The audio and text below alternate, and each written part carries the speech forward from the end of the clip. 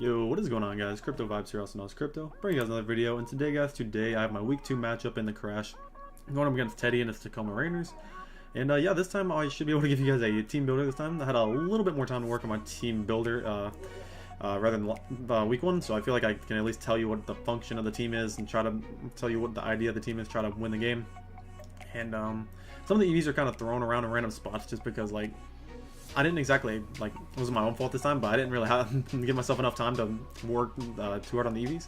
But nonetheless, I think this team is better than my week 1 team. But anyways, as you guys can see, we also have the week 2 transactions coming in, as we have Tornadus Theron on the team now instead of Thunderous Theron, or Thunderous Incarnate. We have Raikou on the squad instead of, I guess, what else did we have? Volcarona. Yes, and then we picked up Mesprit over Espeon. So that's the 3 changes we made to the squad. So I think the team, I like the team a lot. I feel more comfortable with it. I think it fits my playstyle a little bit better than what I had before. It was like super offensive with like Milotic being the only reliable wall. Susan Wall isn't great. Tornadus is obviously nice because it can be like defensive, offensive and stuff. With regen is awesome. Raikou's a really good electric type and such. So yeah. Anyways, going over Teddy's team, he's got the Hoopa Unbound, Sylveon, Superior, Galvantula, Machamp, Mudsdale, Alone Executor, Mantine, Alolan Marowak, Tentacle is his meme pick, Mega Aggron, and then the Psychium Z. So yeah, Hoopa Unbound's obviously there. That's pretty big threat. But my team does have a couple U-turners, so that's very nice against him. Of course, if he does bring like Scarf Hoopa, I'll have to play around that and see where I can capitalize on that. As well as other things, a couple other things that are huge threats, like Mega Aggron's a pretty annoying threat to my team. Like, it forces me not to bring Mega Mawile this week pretty much, which is pretty annoying because Mega Mawile is obviously a good mon. Like, if he didn't have the Mega Aggron, Mega Mawile kind of puts in work. I guess he has the Mudsdale too, which can get defense raises after I attack it. But CF doesn't really have the greatest matchup. But nonetheless, I feel like we have a solid matchup overall. But Mega Aggron will be a pain to deal with. So yeah. I'll go ahead and just break down or get into the team itself. Starting off, we're bringing Tornadus Theron. As soon as we get it, we're going to bring it. So yeah, we got a Wakanberry variant this time. It's basically a really reliable source of getting rid of webs if possible, because I'm pretty positive if bringing Galvantula against my team has a pretty decent matchup. Being able to just weaken things a lot, and then webs reliably against my team outside of Tornadus, because Tornadus does outspeed his entire team, I believe, with his fastest one being Superior. So it acts as a very reliable defogger, obviously being flying type and immune to the webs as well, so that's good there. We have Hurricane, just max special attack, like, probably shouldn't have been max special attack now that I think about it, more in HP for sure. Just be able to come in and take a couple more hits from certain pivot mons like Superior, potentially Galvantula, if I feel like he's going to go for Bug Buzz, and stuff like that. But then we have the Taunt there. Taunt plus Hurricane can chip down things like the Mantine potentially, as well as the... It's actually pretty good for Tentacle if he decides to bring that. You can't do any like toxic shenanigans and stuff like that. As well as Mudsdale if he's like a rest variant, so that's a couple things to keep in mind. We have U-turn on there with 16 attack EVs, and we're hasty just so we can ensure that we knock out Hoopa Unbound if he's not running any bulk. Which is the idea there. We're running 48 in HP just because I ran max special attack. Like, that didn't really make sense in my opinion now that I think about it. We're running max special attack and then 48 rest in the left in EVs and HP. So I probably could have just went a lot more in bulk and then took some off the special attack, but nonetheless, that is going to be our Tornadus. And then Wakanberry, obviously, it helps us if we ever have to switch in on a potential Thunder from Galvantula, then we can at least take that. We'd have to sack off the next turn, but we click a defog, so like, this one's really important just to get rid of webs, because some of my mons coming up will not want to deal with the webs if they are up. Include this next mon. So getting into my next mon, we are bringing Simba, the Raikou, making his debut as well, with the leftovers, Thunderbolt, Calm Mind, Hidden Power Ice, and the Shadow Ball. This one's really nice actually against this team overall. If I can set up potentially a couple Calm Minds on the Galvantula, which is one of the mons that it can set up on, potentially Sylveon if it's in a defensive position or a passive position where it needs to go for Wish or something. Certain things like the, I guess, Alone Executor, we can always Calm Mind and HP Ice that thing, which is nice. Shadow Ball's there for the Alone Marowak, and the coverage overall is just pretty nice to hit his team. Sylveon could be a little annoying because it's like toxic variant, so I need to be careful about that. But leftovers nonetheless are there to just, you know, chip or bring some health back for me and stuff. Raikou has a nice speed matchup this game, is to outspeeding everything barring a Choice Scarf option and without webs being up, so thought it was pretty solid this game, and it is pretty good after I can get a couple Calm Minds up to deal with the Mega Aggron, which I really want to chip that down for one of my win cons coming up. Definitely. So yeah, Raikou I feel like has a solid matchup. Getting into my next mon, this mon is really solid this week, and that's going to be Milotic. Milotic just has a super good matchup this week. He can 1v1 the majority of his team with Stall, Toxic Recover, and then Ice Beam's there for a long Executor, Superior potentially, if he decides to bring one of those. And I believe that's it, that it really hits, but I felt like it was necessary just because I didn't really have another move I really want to throw on here. Potentially, I could have went Haze, I guess. How would that have helped me? No, that really wouldn't have helped me. Maybe Mirror Coat or something for like Superior or Galvantula, but I was okay with this. Milotic acts a lot more as a defensive mon rather than a special defensive this week, just because I feel like his Hoopa and Bound will be physical if anything. I think the coverage on the physical side is a little bit better against my team. As well as Mega Aggron, it can beat that after my Flame Orb's up pretty easily. Mudsdale, as well as having a good typing advantage against the Alolan Marowak, it can beat that. Tentacle should be able to beat 1v1. And then Sylveon, it can fare with if it's not running Heal Bell, then we have Toxic. So, and obviously if I can get my Flame Orb off before he potentially Toxics me, that would be great. So that's the idea with Milotic. It's kind of a mixed spread, but more and less physically defensive.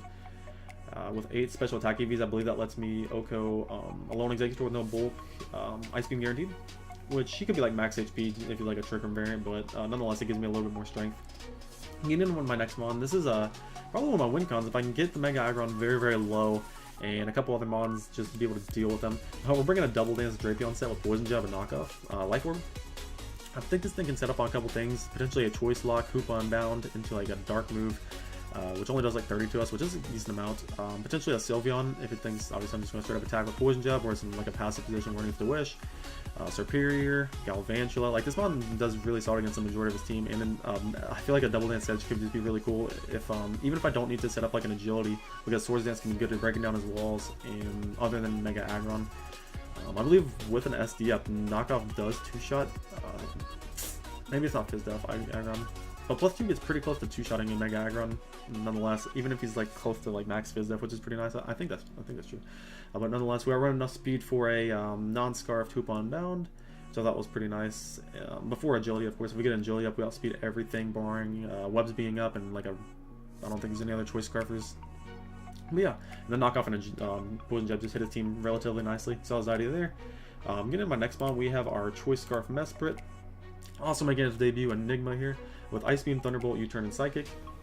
Another U-Turn mon, which is nice for me. Speed ties with a Choice Scarf Hoopa Unbound, which if I want to figure out if he's Choice Scarf or not before I really want to risk that with Mesprit, so obviously he could just bot me with a Hyperspace Sphere if he's Scarfed and wins his speed tie. But nonetheless, I can click U-Turn on it and guarantee a knockout if he's not like Tangenberry or like very, very heavily in bulk invested, which is the idea there if he's not Scarfed or if he's locked into something else, and I feel like I can just click U-Turn on it. And yeah, pretty much just went max speed, max special attack with 4 in attack, naive, just to, I think that's ensuring the U-turn for sure. And then Thunderbolt's there for stuff like the Mantine. Ice Beam hits quite a bit on his team, to be honest, I think. The Superior, it hits the Thunderbolt also hits Tentacle, which, I mean, I'm really saying this Tentacle a lot, but it's kind of annoying for my team, honestly, if he brings it. Then Ice Beam is there for, like, shoot. Ice Beam really doesn't hit that much, actually. Superior, yeah, I don't know why I had Ice Beam. Superior is literally it. All along Executor, yeah. Not for some reason I think he's going to bring a long Executor a lot, which he could. And then Psychic's there to hit the things like the Tentacle once again. And just for stab is generally harder against the things I'd have to hit neutrally anyways. So that's with Mesprit, which is also could be a very good late game win con, of course, if I do break down the Aggron appropriately with stuff like my Milotic and Raikou, which is the idea. And then getting into my last mod, we have my Garchomp right here, Yachi Berry Garchomp with Earthquake, Stealth Rock, Swords Dance, and Stone Edge. It's got a very, it's a very bulky Garchomp with max attack once again, kind of like my Torn, with max special attack. But running Earthquake, Stealth Rock, Swords Dance, and Stone Edge with Yachi, just because it kind of guarantees me rocks against Galvantula every time. I believe if he's Focus Sash Galvantula, I expect him to be Focus Sash or Life Orb in this matchup. If I have my Yachi Berry intact, then his Hidden Power Ice from my Focus Sash variant will only do about 30%, and I can live another HP Ice after that in Oko with an Earthquake if his Sash is broken. Of course, I could also double Earthquake into it, which I could do, but Stealth Rocks could also be very nice against this team. Then SD's there as an option just in case he's ever feared and goes out into something like a I don't know, potential Sylveon, I can cripple that very low. Potential Mudsdale, I can cripple those mons with +2 Earthquake very nicely. And then Stone Edge is there to hit that Mantine, which I feel like is necessary, considering obviously I want to have something to hit it. I consider Toxic for a while, but after I threw SD on here, I just wanted to go 2 attacks just to like give myself a little bit better coverage options. Which is the general idea. I think we're running enough speed once again for a non-Scarf Hoopa Unbound, which is the idea there. And yeah, I'm just going to go ahead and get into the battle, guys. See you soon. Alrighty, and as you guys can see, we are in the battle. He did in fact bring the Tentacle, so that's pretty cool. He brought the Mega Aggron, Mudsdale, Galvantula, Sylveon, Tentacle, and Hoopon Bound. So right away, obviously, Hoopon Bound, I want to see if that's Scarfed or whatnot. That's definitely something I want to scout out throughout this game. He's got the Mega Aggron, obviously that was going to be coming. It's a pretty big threat against my team. Galvantula, another annoying mon for my team to deal with, but with my berries from my Tornadus and Garchomp, it's definitely going to help me out there. That was another reason I ran Max Special Attack on Tornadus. It gives me a better chance with like Hurricane to knock out Galvantula if he's Life Orb, which is really good. I believe after a Hurricane into a Life Orb hit would knock him out if I connect the Hurricane, of course. Sylveon's there, it's pretty solid against my team. I don't really blame him for that one. And then the Tentacle. So I said Tentacle could be pretty annoying for my team, so I guess you'll go ahead and see here in a second if it is. But yeah, let's go ahead and get into the battle. I think I decided to lead off with my Garchomp just because it got rocks up freely against pretty much everything on the squad. So yeah, that was my idea there. And if you did want to leave Hoop Unbound, I could figure out if it's Scarfed or not. I could take any one hit from it. I think if it gets Ice Punch, I think I could. Yeah, I could definitely take the Ice Punch because I'm Yachi Berry. He does have to lead up with the Mudsdale right here. I'm just thinking he's probably going to go for his rocks right away too, which is fine with me. I'm just going to throw out my rocks too because I want to break potential sash on Galvantula. He throws up a Toxic turn one, which is a little annoying, I guess, but I get my rocks up. And right here, knowing you probably won't double Toxic and just go for the rocks, I want to get my Flame Orb immediately with Milotic. And as you can see, he goes right into the check. He goes right into the counter, being Tentacle. I get the burn right away, which is kind of nice, just so I can chip down at this thing even more. Gets no reliable recovery, so that's also another good thing about it. It could be Rapid Spin as well. I didn't really consider that during the game. I probably should have a little bit more. But yeah, I think this thing gets Rapid Spin, at least it should. Yeah. But anyways, I get my I get my Flame Orb off there, which was the initial goal. I can get a Scald and weaken this thing down a little bit. As I go right into my Garchomp right here. I kind of want to scout out what he wants to do. He clicks Giga Drain, which wouldn't have done very much on Milotic in the begin with, but Garchomp forces this thing out. I kind of feel like Tentacle will be pretty useful for the team just to be able to, like, at this point I think he thinks he can deal with Milotic pretty well, which he definitely can chip it down and force me to recover, which is something. And Tentacle, other than that, I guess it really doesn't do too much against my team. Tornadus, like, can be a 1-1 because of Taunt plus Hurricane. As you can see, he's Toxic on one of his moves, so that's pretty annoying. Or he's not Toxic, he was Toxic on the Mudsdale.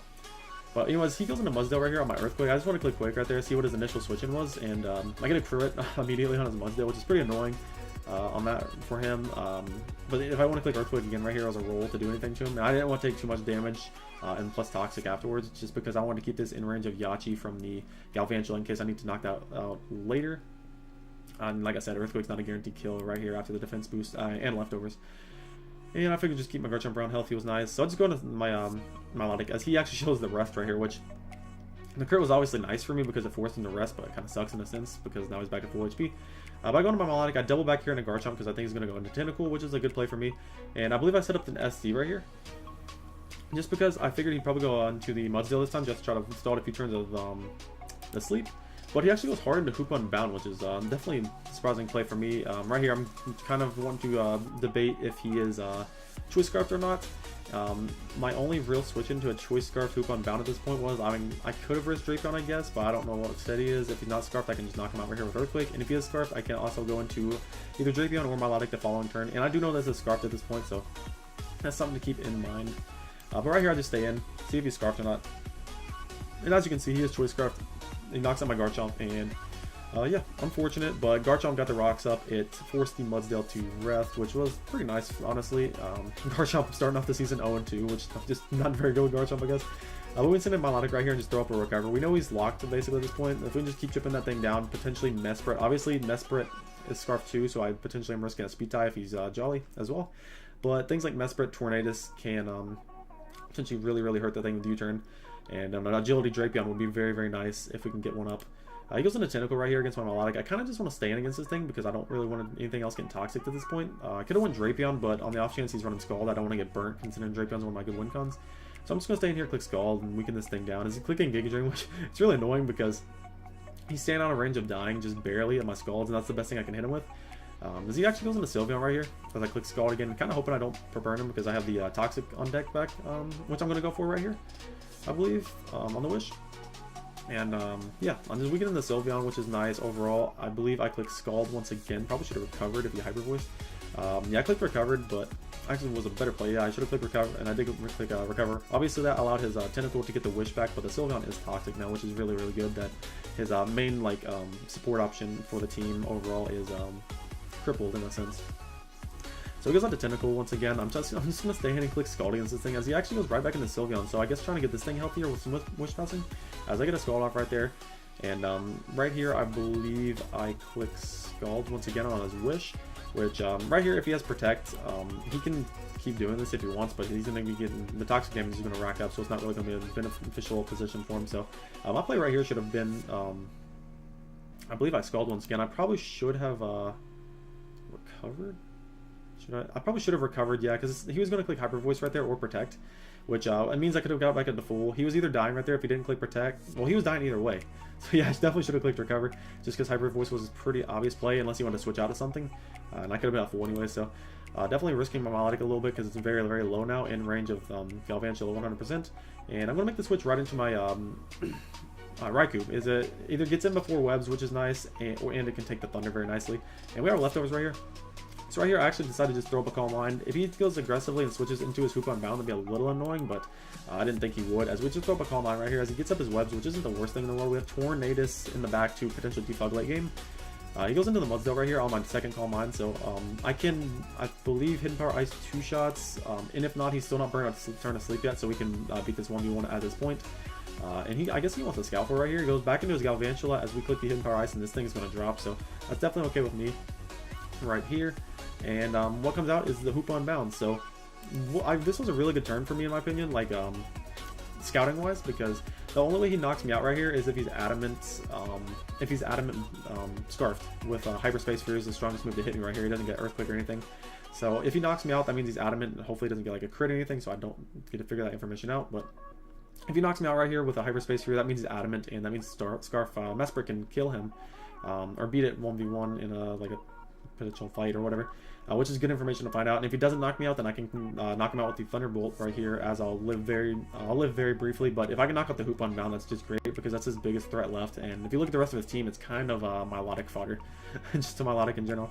But right here, he goes for the Destiny Bond actually with the Choice Scarf, so like that's a really cool play, and that was a really cool prep actually. But I'm okay with that trade, as Raikou got rid of the Hoop Unbound, which was really nice. And I can go to my Milotic right here. Potentially a little risky on the Aggron, because I can recover up on the Tentacle and the Mudsdale because it is asleep, and I do not, Mudsdale actually, spoilers, it doesn't have the Sleep Talk, so neither of those can knock me out at this range, which Mega Aggron potentially, I believe Thunder Punch is like he has to get like a really high roll to knock me out Thunder Punch, if he even has it, which actually does show to have it. I live on 3%, so I click Recover right here, which ultimately lets me live throughout these Thunder Punches. I'm just going to keep clicking Recover a little bit, see what he wants to do. We still have a good amount of recovers at this point in the game, and I believe he just goes out into Tentacle once again. I don't even know what to say. I don't think this can 1v1 me at this point. I mean, Giga Drains are really annoying. Continuing Scald is my best thing, but right here I believe switch into my Tornadus on the Giga Drain. And right here I click Taunt just because I don't want my Tornadus getting poisoned. It could be nice to deal with the Mudsdale later from continuing resting up. So I click Taunt right there, and then I click Defog on this turn as he goes into his Mudsdale, wanting to waste his turns of sleep, which is definitely a smart play. So right here I'm just going to go right back into Milotic. It's full health basically, and that was his first turn of sleep burnt. So I can just continue to click Scald right here. The Tentacle is very low. It's at 30% and burnt right now. But as you can see, the Scald right there does 38%, so he cannot beat me 1v1 if he wants to continue to rest after he wakes up this following turn right here. He cannot beat Milotic 1v1, so Milotic's looking really solid at this point. He's just going to click Earthquake, and do very little to me at this point. I believe I click Recover right here, just playing it safe. Okay, sorry, my cats. Okay, I just click Recover right here on the Tentacle as the Toxic comes out. And I guess he's predicting me to switch out at that point, but I'm just going to stay and click Skull. He clicks Giga Drain right here. We'll go through a couple turns of like really annoying. His Giga Drain is just barely keeping him alive at this point. I just click Recover, just keep this thing healthy. I didn't want Mega Aggron to come in. I guess it really couldn't have beat me at this point, but I just played it really safe at this point. Next turn I'm just going to keep clicking Recover. I believe after a while I pull a switch into my Mesprit. It might be right here actually. I pull a switch into my Mesprit because obviously Psychic can knock this thing out right here, which is pretty an ideal play. I'm actually going to click U-turn right here, predicting his Mega Aggron to come in on the Psychic, which it does. And we can get right back into our Milotic and just start clicking Scald again, because Tentacle is at a point where it is at 13% and burnt, so it cannot come in on another Scald and burn, which is really nice because it won't be able to Giga Drain me.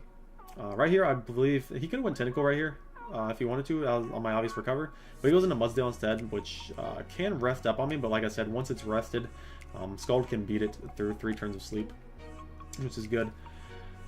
Yeah, he's just gonna rest right here, but Milotic being able to beat it with the Scalds, plus even he has leftovers. But yeah, I'm gonna click Scald right here. Tentacle is gonna go down to 5% and then die to burn, as he's gonna bring in his Mudsdale right here.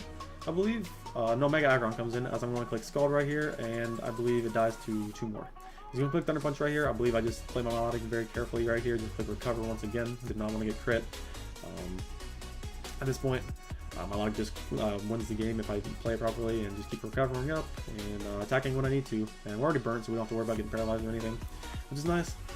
He's just going to continue to click Scald, and I do get a burn right here, and I believe he dies off, which is fine because Mudsdale is asleep, and I believe I can just continue to click Scald and win this game with Milotic. So yeah, that's actually what's going to happen right here. And yeah, Milotic actually picked up 4 kills this game.